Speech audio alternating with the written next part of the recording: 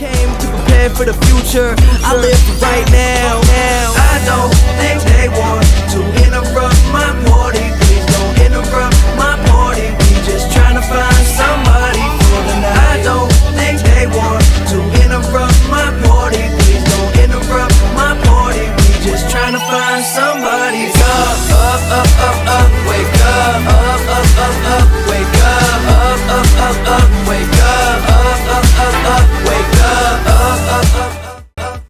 What's up, everybody? It's your boy Jacob, also known as Pick Management, here with my guy Mr. Smackington and Cam Carter. We are here to break down the Sunday NFL schedule. It was a rough night in Thursday night football.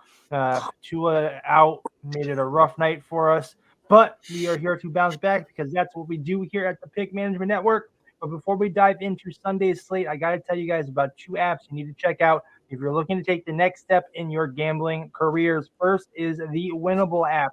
Winnable is a site and app you need to check out if you are looking to be a sports handicapper. It lets you build your own storefront and have a subscription service based right there that automatically texts and emails your picks to your subscribers. And the other one is the Juiceware app. If you are looking to get info and insights and analytics into how you wager to make yourself a better, you need to check out Juiceware. It automatically syncs to your sportsbook and tracks all your plays automatically for you, so you guys can have some third-party verification so no one can question your bets. But guys, we are here to dive into Sunday's slate. So are you guys ready to get into it? Ready. I'm ready, man. Let's make these people some money, man. All right. First game up, we got the Browns taking on Jacksonville. Jacksonville minus 170 on the money line. Spread is at 3, over under set at 41.5. Greg, I know you got something on this first one. Why don't you go ahead and take over? Yeah, man, I got a little something on this game, man. You know, I'm still a Brownie. I'm a Cowboy too, but the AFC, it's all about the Browns. You feel me? This is a funny one for some. They're gonna not think like how I'm thinking, but I'm gonna lay y'all down on some shit. Yeah. We just noticed Browns week 1, almost half the team was not healthy. And when I say healthy, I mean in shape. When I mean in shape, I mean the tangibles of catching those route passes, setting up the right blocks. Browns had a lot of mistakes, man. All right, they gave up 8, 9 sacks. That's terrible. That's terrible. All right. 2 tackles out. Right. You know what I'm saying? With that being said, there's no other reason but to see this game going over. But I'm going to give y'all something sweet. All right. We noticed week 1, the Browns wasn't even really productive in the first half. The Jags, despite what some may think, actually have a pretty capable defense, okay? They will make a few stops. I don't see the Browns still getting warm until the second half. So what I chose to take the second half over 20.5. The full game is at 41.5, just like it was against the Cowboys. But the Browns still have an offense, okay?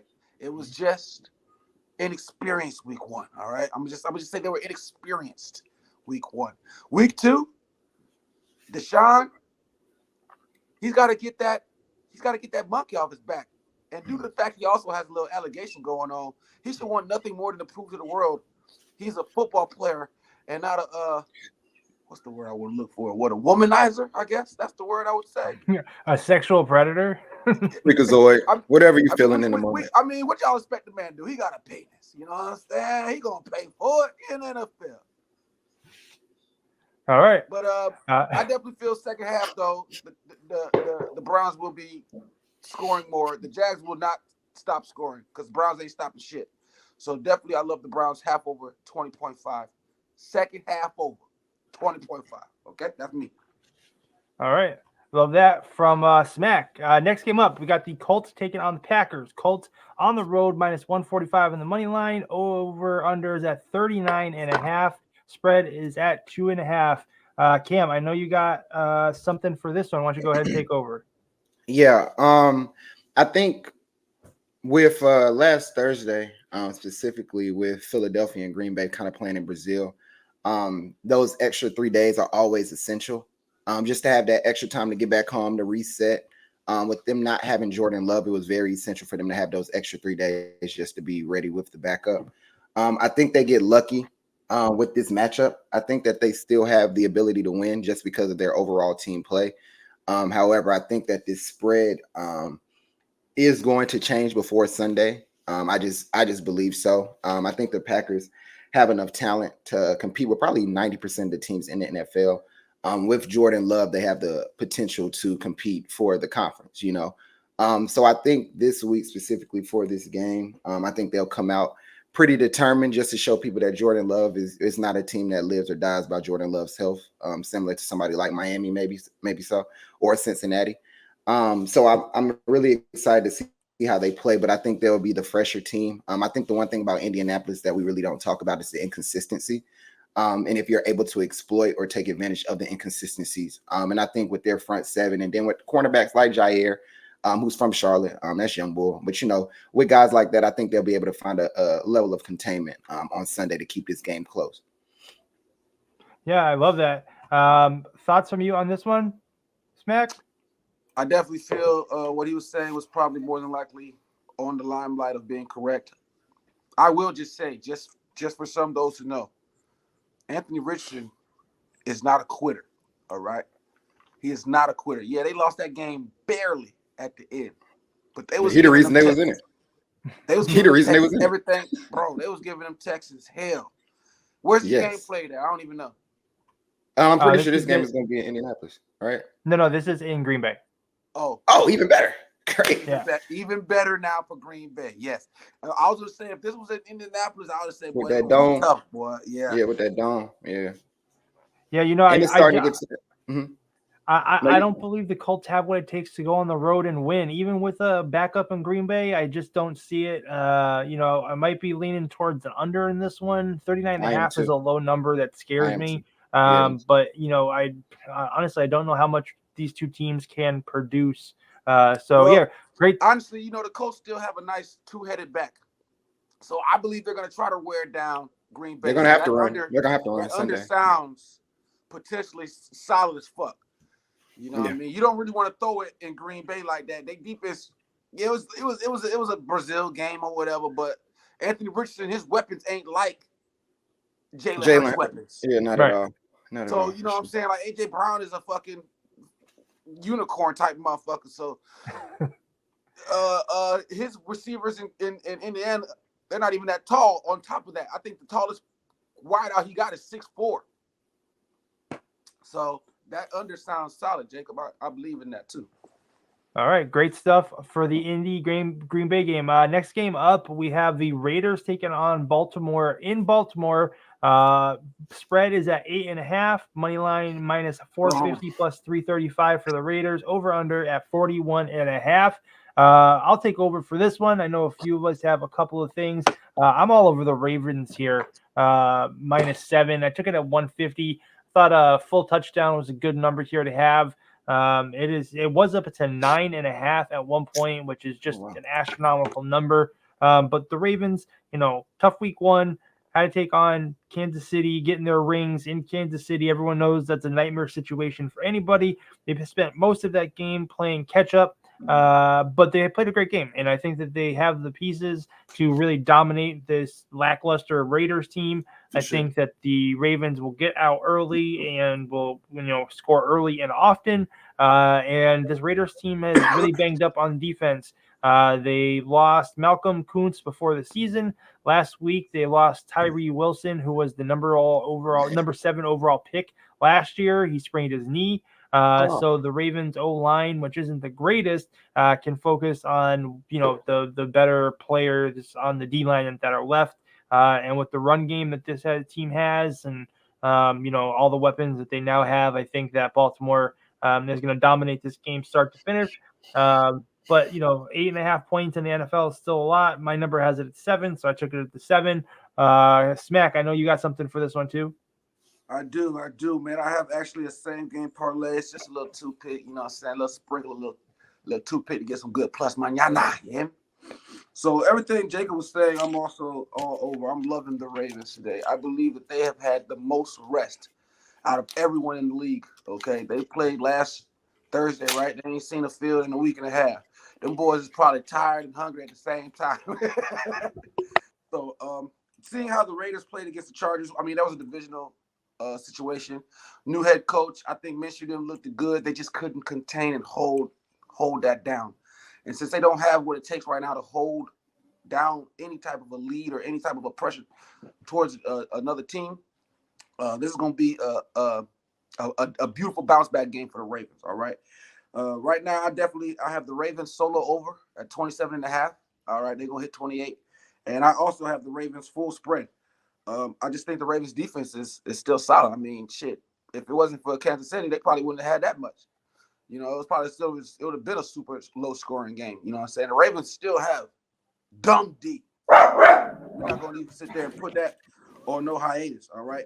The Ravens will stand up. And like I say, due to their rest factor, I feel this spread is sweet money. They should probably win by double digits for sure, just like Chargers was about to.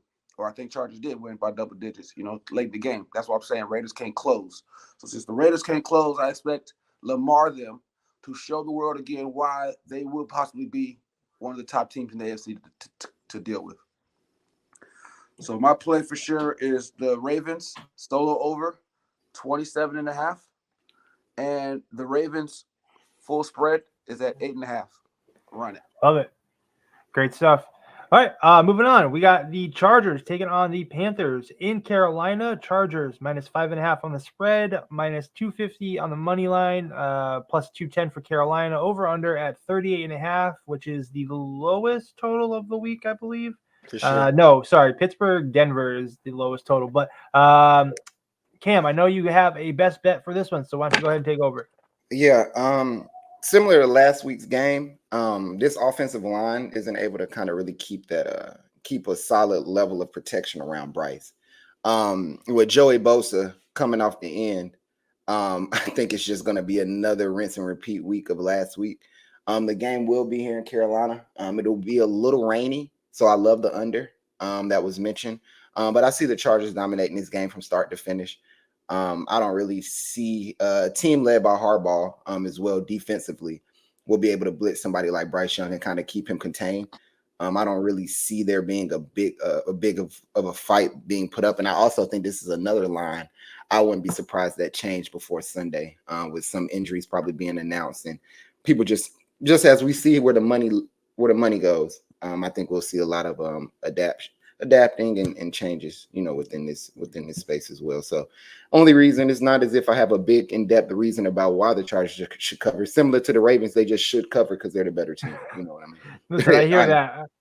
You know, I'll tell you, the Chargers, I think that the Chargers are going to throw more at this Carolina defense than the Saints were able to in week one.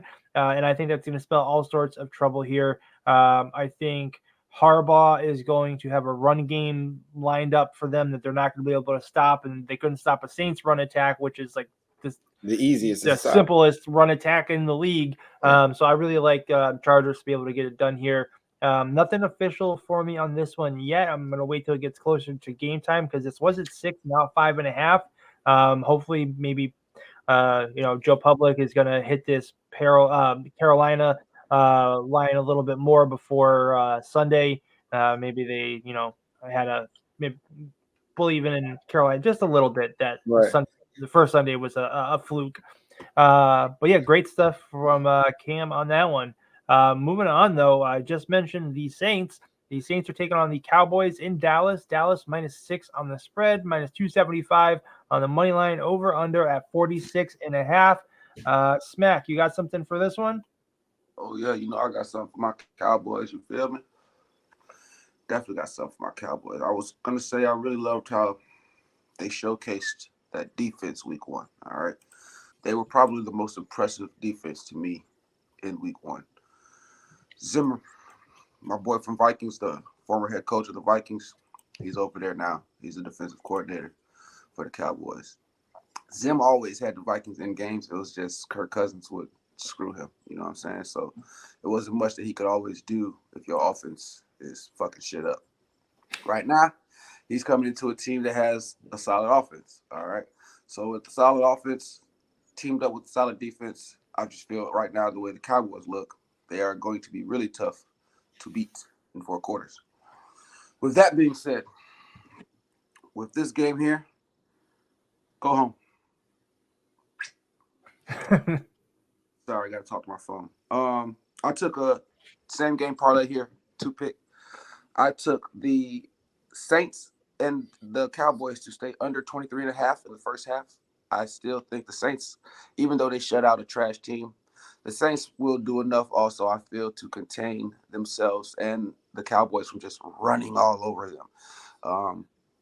It should be, at the most 7, maybe 13, 7-13, something like that first half, possibly. And I have the Cowboys full game money line as well on that 2-pick. So you got the first half under and the Cowboys money. Like I said, I just think that the Cowboys are going to be too much to contain for 4 quarters. Dak looked it really poised. CeeDee Lamb looked it ready to go. Even Zeke looked it in shape. I was impressed. I expect him to pound down on that Saints D. That's what they got him back for. He's a big back, you know what I'm saying? So he should force a lot of this game to go towards the under. They should want to play Saints in a more poised game than they were playing the Browns. Yeah, So love all that. Wanted to add one little nugget to that for Smack. Dallas, 16-1 straight up their last 17 games at home. So just something to remember heading into Sunday. We have seen New Orleans 5-1 ATS its last 6, 5-1 straight up its last 6, but I'm not reading too much into that. They played a bunch of bums, and the total has gone under in 4 out of the last 5 games between these two teams. That's what I'm on, is the under. I have the Saints scoring 10 points at most. All right. See what I'm saying? I believe that. See what I'm saying? Like, yeah, I just feel, especially, see, the other thing is we got to remember they're allowing these players now to have these fucking podcasts. And I feel that when you're a player and you have a podcast and you open your mouth, you setting yourself up for failure. So either you show up or you shut up. And Michael Parsons, he's showing up, okay? What's his name is also Stroud. He's showing up, because they have a little show that they be doing together. But I'm just meaning as far as the point of players speaking on future aspects of the game or things that they're going to do in the game, and then that doesn't happen, and you're talking about it, now you're making yourself look even worse. So I believe that right now, due to the fact he is rapping, it's giving him a little bit more surges to want to play harder, just to keep his name out of the limelight of saying, I do is just run his mouth. You know what I'm saying? Like that. Sometimes that gets to people. Michael Parsons looks like one of those people, and he's using that fuel to help his team be a little bit more dominant in games right now. Awesome. Love it. Next game up, we have the Giants heading to DC, take on the Commanders. Commanders minus 125 on the money line. Spread is at minus 1.5, over under at 43.5. Cam, why don't you go ahead and take over? I know you have a best bet for this one. Yeah, I like the under in this game. It's 4-5-1 in the last 10. I think we're talking about two teams that don't have potent offenses. But I do think these are two teams that'll kind of keep the game close. Every possession will count. So by the second half, every possession will be dragged out because nobody's in a rush to get the ball back or give the ball back. So I kind of see this finishing like, maybe 17-13 at most. Maybe a 10-21 game. I think either it's going to be a dominant game from a Washington team that people didn't really expect to have a good game against a rival, or it'll be a close game throughout the fourth quarter that may go back and forth those last 3 possessions with a field goal, a touchdown, and a field goal or something like that. But I don't foresee both teams getting to 20 points. I don't know how Daniel Jones scores 2 touchdowns, let alone get to 20 points without kicking at least 6 field goals and getting the safety. Listen, I hear that. I don't like the Giants whatsoever right now. Sorry. I like Malik Neighbors. I just don't think he has anybody that can give him the ball. I don't, I'll say, so I have a couple picks on this game as well. And, when it came to the total, I didn't know which way to lean because I do believe in Washington being able to score in this one. And the Giants, I don't. But honestly, I feel like the Commanders, who should have had a better game than they did last week, Tampa Bay. It's Sure. It's going to take that out on the Giants. And I feel like this could be a 30. I could see Washington scoring 28, 30 points in this game. I really do. I just don't think Tampa Bay in terrible weather. Yeah, I just don't think that the Giants have the weapons on either side of the ball to be able to make this competitive. So for me, I took the Commanders minus 130 on the money line in this one. Okay, I cool. got burned by them last week, but I'm going right back to it. I think the Jets head coach, Brian Dable, the Giants head coach, Brian Dable, could be the first coach to get fired. Their only good weapon on the offense, to me, Darius Slayton, is probably going to be out with a concussion. Let's go Commanders in this one. And Right. I'm riding with Cam and the under for sure. Moving on, though, next game up, Jets minus 195 on the money line, visiting Tennessee plus 165. Minus 3.5 is the spread. Over under at 41.5. I was gonna throw this over to Smack, but it looks like he's dealing with a dog issue. So I'll go ahead and just take over on this one. I grabbed the Jets already. I took them at minus 185. It's already gone up some more, minus 195. I just don't believe in this Titans team whatsoever. And, I get the Jets had a rough week one, but I really believe in this team, which is Aaron Let me Rodgers. ask you this. Yeah. Let me ask you a question. Yeah. Yeah. How do you feel about the first half? How do you feel about Tennessee's first half? I feel like is it in New York? Is this game in New York? No, this is in Tennessee. Honestly, I think that this Jets defense is so lights out that Tennessee is not going to be able to produce. I think that they have all sorts of things schemed up for this one because they need a win. I'll tell you, teams that start 0-2 in the season only make the playoffs 11% of the time. So I don't think that the Jets want to start this season 0-2. So get them now on the money line while you still can, because this is probably going to cross the 200 mark for the spread. Some people are on Tennessee here because they've been able to run the ball a little bit, but I just think that this Jets team is poised to win.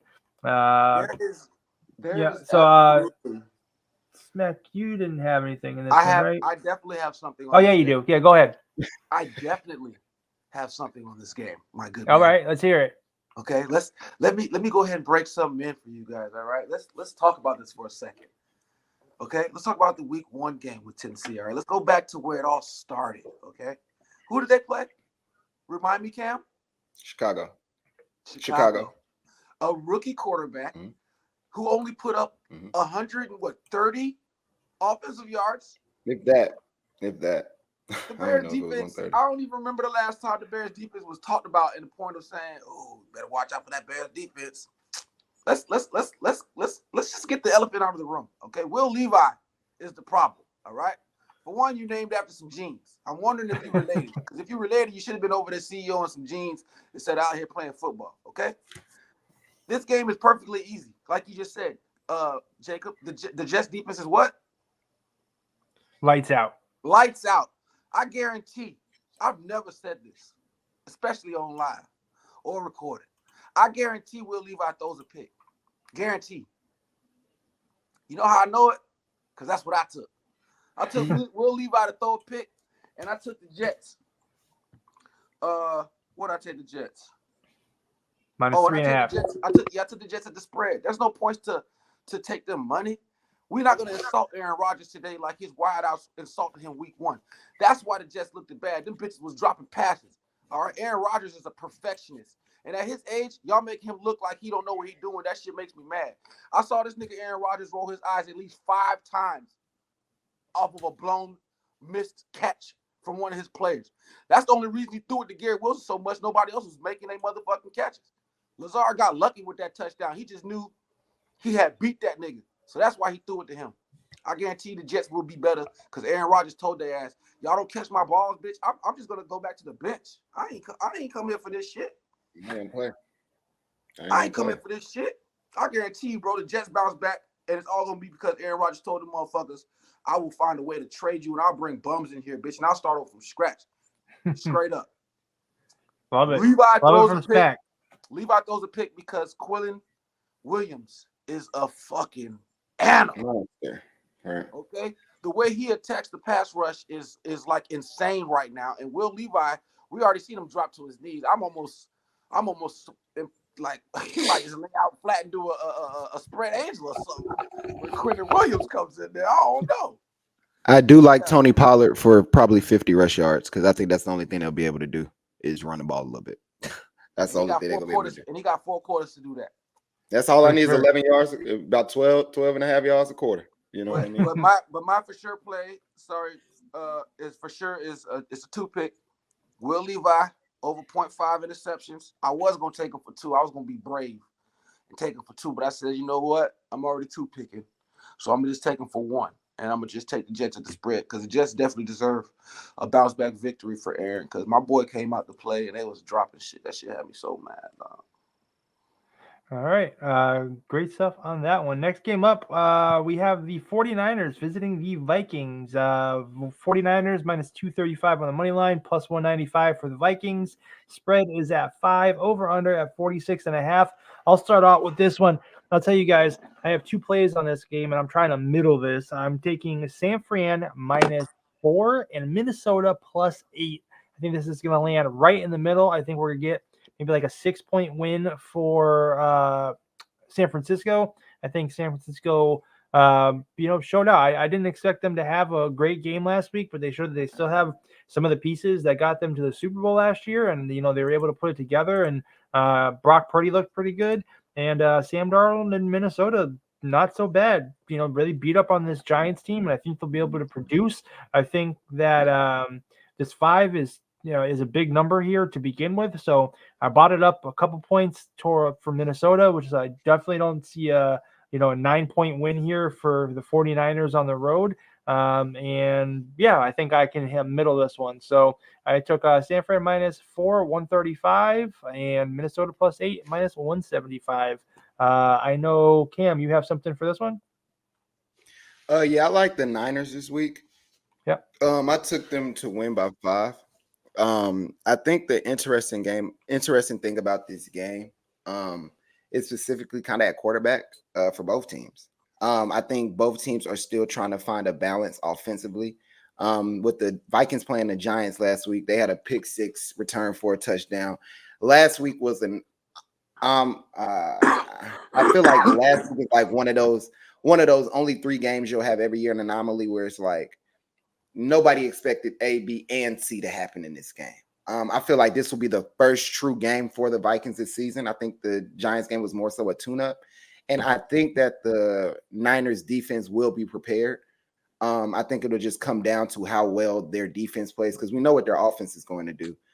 So I like them to win by 5, but I also like their solo over. I think I had it at like 26.5. I think I took it over 26.5. I don't foresee how they don't get 4 touchdowns or at least 3 touchdowns and 2 field goals. It just doesn't seem as if they wouldn't.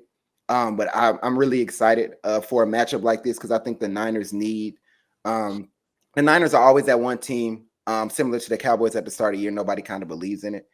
They did all that last year. Like, can they really bounce back? Ayuk has another week of practice. Trent Williams has another week of practice. And I think they'll come out and play really well on Sunday. Love it. Great stuff from Cam on that one. Next game up, Seattle taking on the Patriots in New England. Seattle minus 185 on the money line, plus 160 for New England. The spread is at minus 3.5, over under at 38. No one has an official 38. 38. Oh, no one has God. an official pick on this one. So we'll just touch on this real quick. I'll say I got to lean on Seattle here. Patriots way overplayed their ability last week. And I think that, they're going to take a big L this one. Seattle looked better than I expected going on the road. I know it's difficult, west to east and all that, but this New England team is just bad. And I think, I think this number would be bigger if they didn't win last week. Is this game in New England? Yes, this game is in New England. Okay. Okay. I think New England got lucky for a bunch of big Cincinnati mistakes last week, and I think it's the only reason they got the win. I don't think Seattle lets that happen this week, so got a slight lean on Seattle minus 185. Any thoughts from you guys on this one before we move on? Me being the closeted Patriots fan, I am. I would probably take them at plus 6.5. I think them being in Foxborough, being a former player's first game at home, just kind of running with the narrative. I think it could be a close game, or it can be a blowout. I think we haven't seen an ugly game from the Patriots yet. So it's hard for us to kind of say which game it will be, because if they start out 2-0, we're like, oh God, Right. what's going on down there? You know what I mean? So I think it'll be very, very interesting. I like the under. I probably would push it like 43, but I love the under. I don't foresee them probably the first half under. If it's more than 14, Quarter. I probably could do it. Yeah, right. That first quarter might get tough, depending on the weather as well. I think they'll probably very run heavy, definitely very run heavy. In the first half, under, for sure. I see. First half under, I see. Mhm. Second half under, whatever. For sure, only, for sure. Only because, like you said, Patriots capitalized off of Mistakes, communications from the Bengals. And if that's how they capitalized, their defense was still doing its job at the end of the day, right? Yeah, they look good. But I mean, the coach is a defensive coach too, so it's like one thing I'm not worried about is defense. It's always offense with the Patriots this year. I mean, in Seattle basically played bums week 1 too, and they was able to still put up 26. So I feel playing a little more statured of a team that defense coming off of a win at the minimum, a good win too. It should be an under game.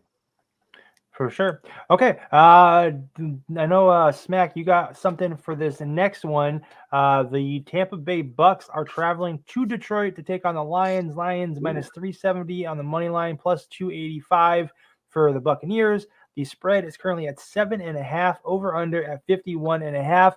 What's your best bet for this one? This is gonna be a good one. This is gonna be a good one. I was looking up and down at this game right here, and I was seeing what's going to be the ins and the outs on this game. And I ended up coming to the conclusion with just one play here, only because I was nervous a little bit, right?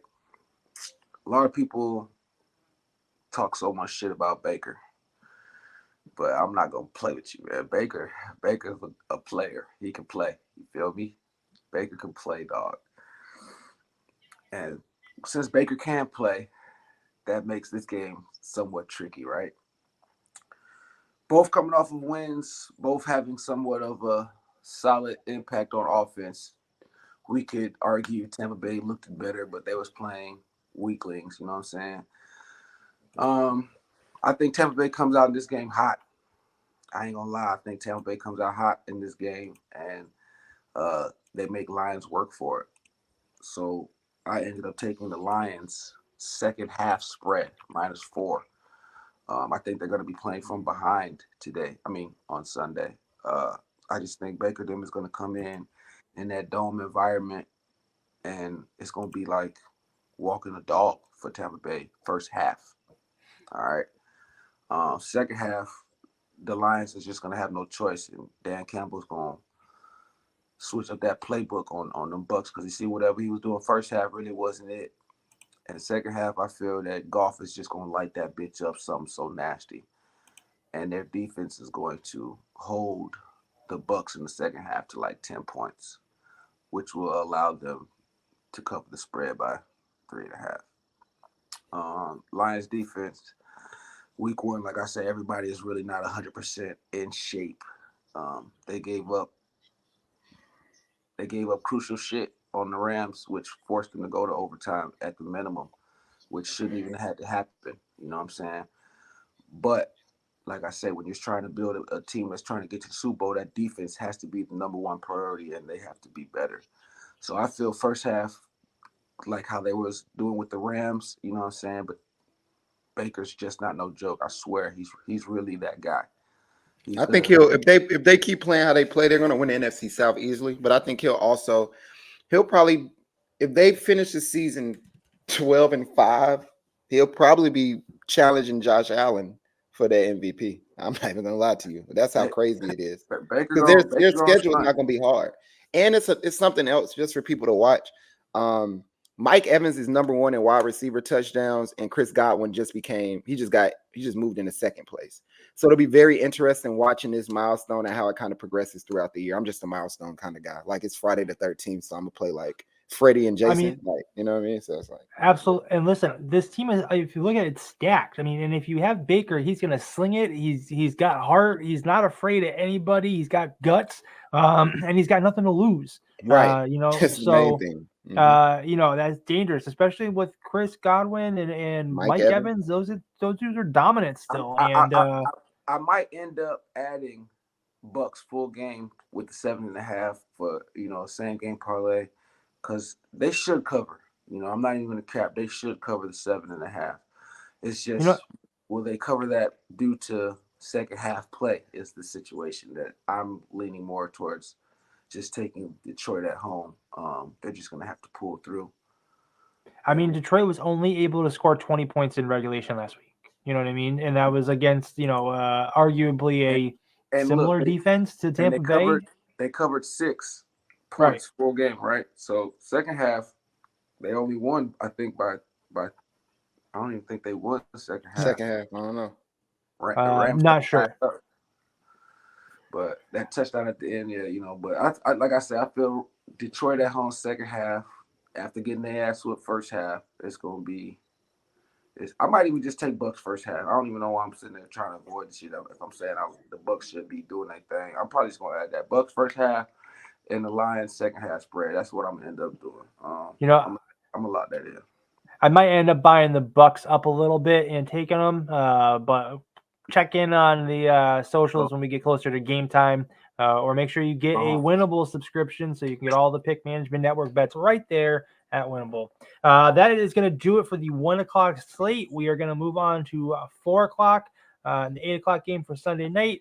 Next game up, we have the Rams visiting Arizona. Arizona minus 120 on the money line. Spread is basically a pick 'em. It's minus 1.5 for the Cardinals. Over under at 48. And who's got one for this one? I do. Yeah, anyone got one for this one? Greg, oh, yeah, go ahead. Go ahead, Smack. Okay. Smack has the Rams on the money line. Right now it's at plus 100. It may change, but I locked it in so that way I can get that good plus money on. Like I said last week, they played a tough team on the road. This week they don't play as tough a team on the road. And these two teams always battle when they play each other. Not going to cap. Even though Kyler Murray's back, he's looking good. I just don't think his defense is going to hold up for his offense. And I believe that the Rams defense will hold up for its offense or for them on the road. I just think Kyler and Arizona still aren't ready yet to get their first win. All right. Cam, any thoughts for you on this one? I know you don't have an official best bet. Any thoughts? Yeah, no, I'm on the same page. I do think that the Rams, I think that their running backs probably get a lot of love on Sunday. So that's probably a prop I'll look into myself. But yeah, that's about it I got for this game. I think they should do pretty well though.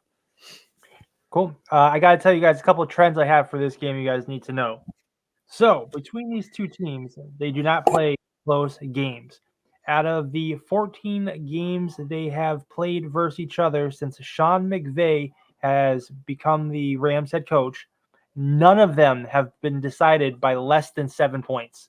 So out of the 14, let me say it again, out of the 14 games that Sean McVay has played versus Arizona as the Rams head coach, none of them have been decided by less than 7 points.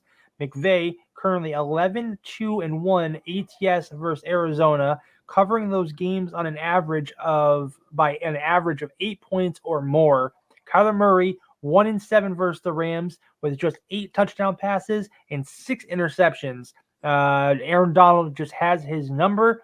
Rams 26-9 and 37 won 26-9 and 37-14 last year. I think the Rams have Arizona's number.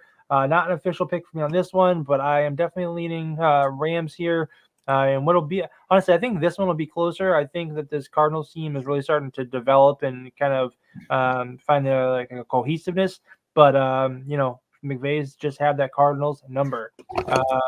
Your best play. I was going to say your best play of last week. It got to hit again this week is James Conner. I don't foresee how he doesn't get 60 to 80 rushing and receiving yards. I think that Kyler will have to depend on him a little bit because of that front seven.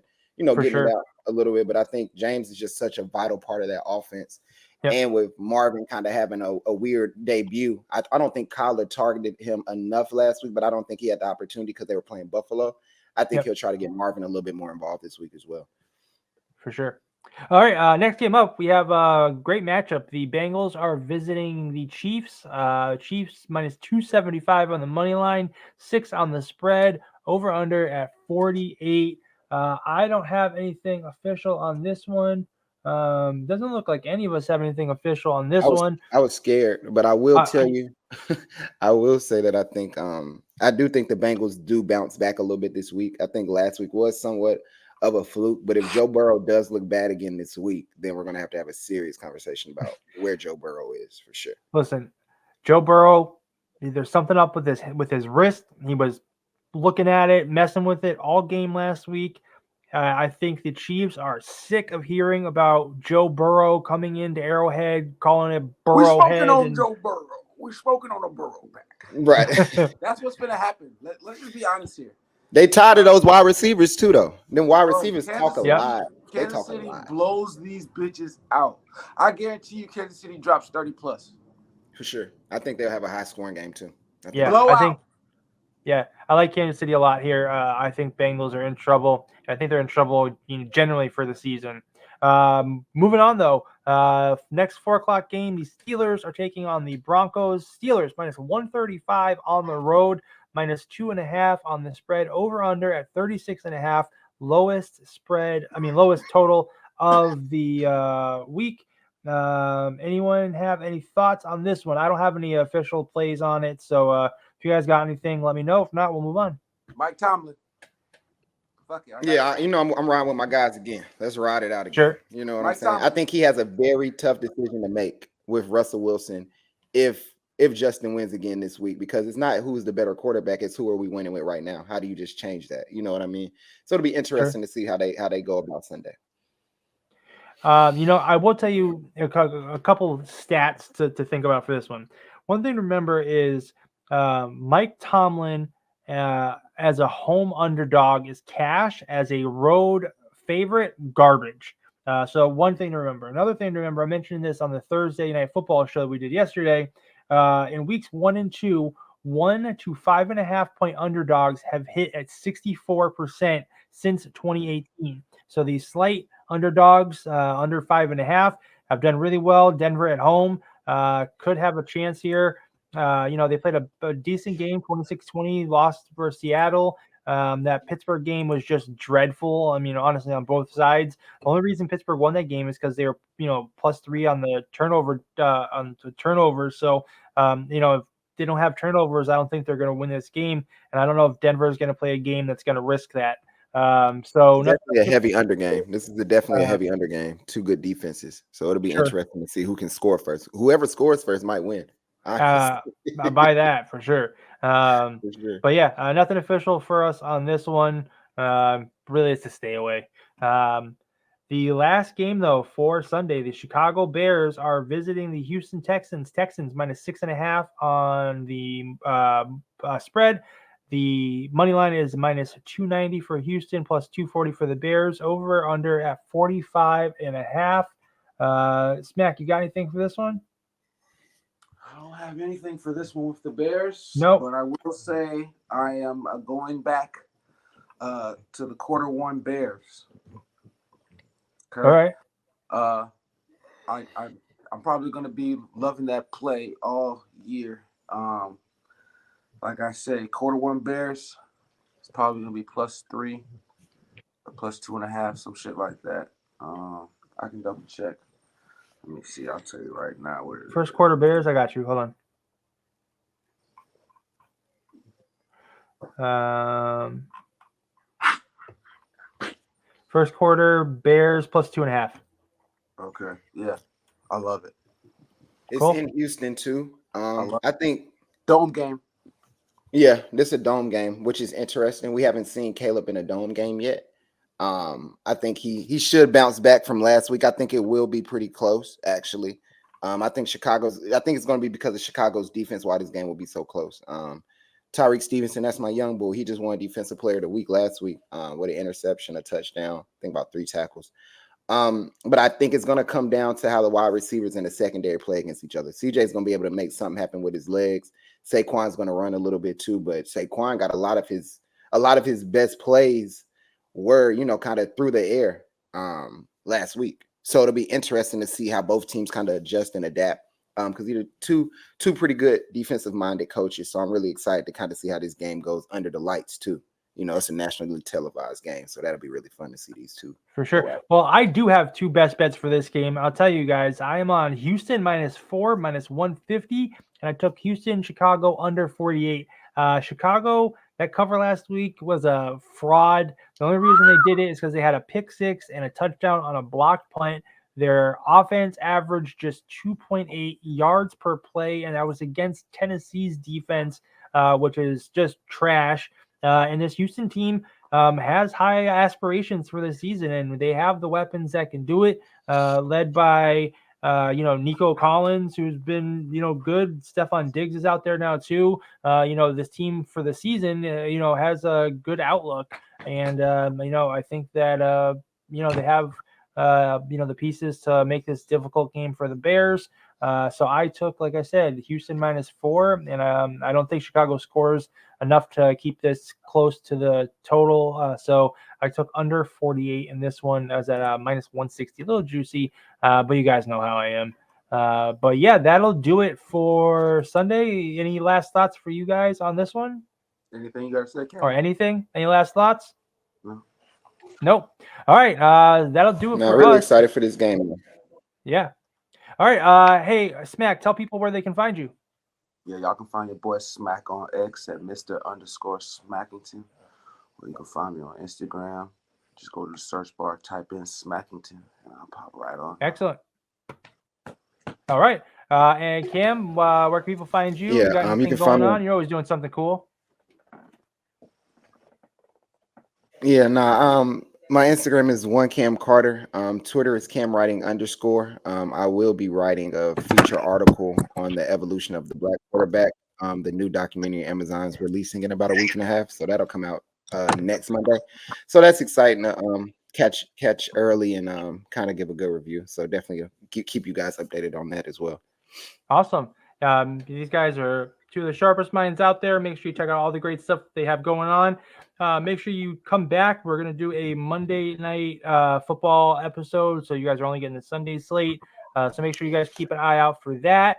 Also, make sure you check out the Winnable site and app if you guys are looking to take your next step as a professional sports handicapper. Get text and plays emailed right to your subscribers as soon as you post them. And make sure you check out Juice Reel, the only app that automatically syncs right to your sports book to provide you insights and analytics into how you wager so you can become a better bettor. I'm Jacob, also known as Pick Management. You guys can find me across all socials at Pick Management. Otherwise, I'll do it for us here at the NFL Betting Insiders. We will see you later. You came to prepare for the future. I live for right now. I don't